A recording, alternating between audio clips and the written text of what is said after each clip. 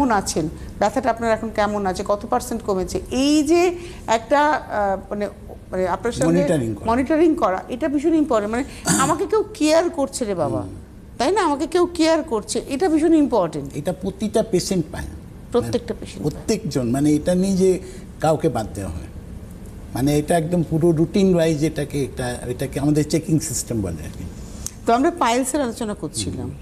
Piles pressure fistula আজকে ডেটে একটা ক্রিটিক্যাল ভয়ঙ্কর রোগ।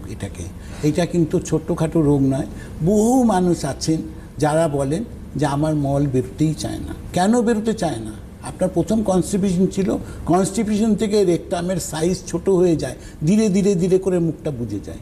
এটা কিন্তু বহু মানুষ জানেন না যে কেন আমার রেকটামের সাইজ ছোট হয়ে যাচ্ছে।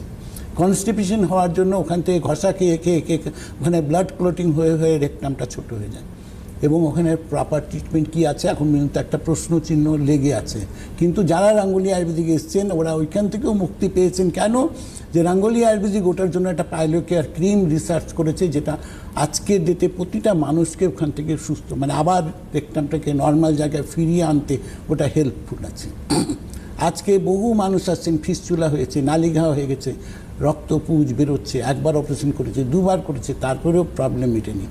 সেই পেশেন্টও যখন আসছেন 30 ডেজ পরে আবার তারা কিন্তু একটা কনফিডেন্স ফিরে পায় যে না, আমার এখন তো রক্তপুঁজ আর বেরোচ্ছে না, আমি এখন ভালো আছি। তো আজকে মানুষকে সুস্থ হবার রাস্তা দেখিয়েছে রাঙ্গুলি আয়ুর্বেদিক। কেন?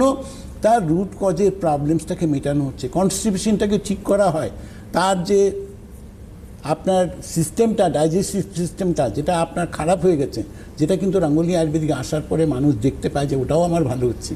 আমি যে খাওয়া দাওয়া করছি আমার ডাইজেস্ট হচ্ছে, এই যে ডাইজেস্ট হচ্ছে সেখান থেকে তো আপনার সুস্থতা আপনার শুরু হচ্ছে। অবশ্যই। আচ্ছা, এবারে আমি